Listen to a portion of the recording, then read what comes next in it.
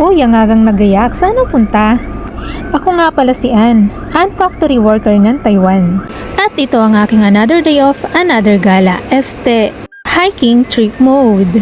Pagkalabas ng dorm, dumiretso kagad ako ng parking area. Syempre, magdadrive tayo ng e-bike papunta ng train station. Para tipid sa pamasahe, mahal kasi kapag magta-taxi.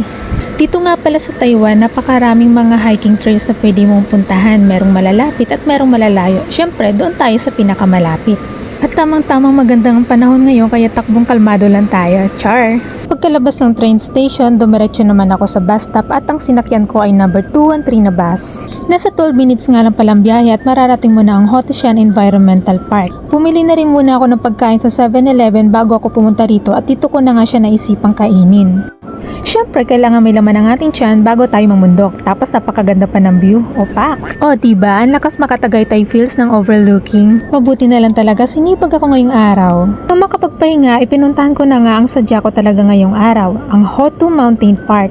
Yung feeling na excited at kabado ako habang papasok ng trail dahil first time kong mag-hiking ng mag-isa.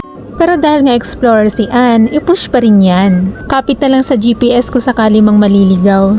Tapos nawalan pa ng internet connection, paktay. Mabuti na lang may dalawang matanda sa unahan ko kaya sila na lang ang ginawa kong guide. Kung saan mo sila magpunta, nakabuntot lang ako. Hindi naman pala siya nakakatakot bukod sa maganda na yung daan, nakaka-relax pa yung mga huni ng ibon at sariwang hangin.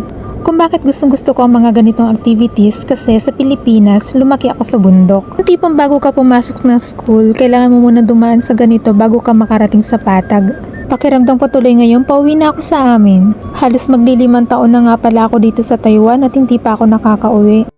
Ang sabi ko noon, after 3 years contract dito sa Taiwan, uuwi na ako. Pero ngayon mag 5 years na nandirito pa rin ako. Relate ka rin ba, kabayan? Siyempre, may mga bagay na hindi natin inaasahan na nangyayari at hindi naaayon sa kung ano man ang nasa plano natin. Kaya laban lang, kahit mabagal ang pag-usad, basta nakikita ko may pagbabago, ginagawa ko siyang motivation para magpatuloy. Nagkwento na ng buhay yarn. Masasabi kong isa talaga ang Taiwan sa mga safe country. Hindi ka matatakot na bumiyahe mag-isa kasi mababait ng mga Taiwanese. Kahit hindi ka kilala, babatiin ka. Kagaya na lang nito ni Cheche, habang gumagawa ako ng video, ang tagal niya doon sa likuran ko. May gusto pala siyang sabihin. Natuwa daw siya sa akin. Sabihin ko sana collab kami charis. Masasabi kong super enjoy ang aking first solo hiking trip. Tamang-tama para sa mga beginners ang trail na ito kaya naman hindi ako sobrang napagod. Sobrang haba pa pala ng trail na ito kaya naman dito ko na naisipang tapusin ang lahat. Char! Naisipan ko na nga bumalik bago patuluyang madedbat ang phone ko at hindi pa ako makauwi. And that's it for today. Ang tanong, saan kaya ang susunod?